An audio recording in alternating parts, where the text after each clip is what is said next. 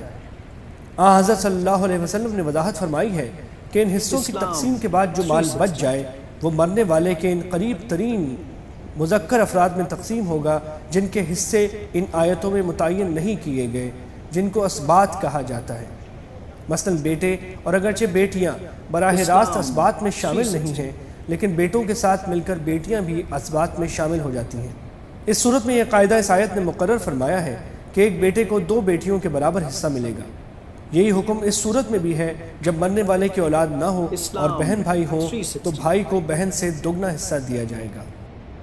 یہ قاعدہ ان آیات میں بار بار دہرایا گیا ہے کہ میراث کی تقسیم ہمیشہ میت کے قرضوں کی ادائیگی اور اس کی وصیت پر عمل کرنے کے بعد ہوگی۔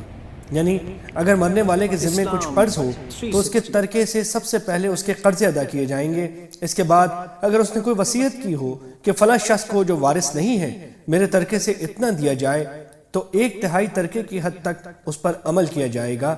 اس کے بعد میراث وارثوں میں تقسیم ہوگی۔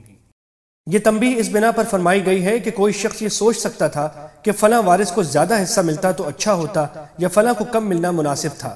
اللہ تعالیٰ نے فرما دیا کہ تمہیں مصلحت کا ٹھیک علم نہیں ہے۔ اللہ تعالیٰ نے جس کا جو حصہ مقرر فرما دیا ہے وہی مناسب ہے۔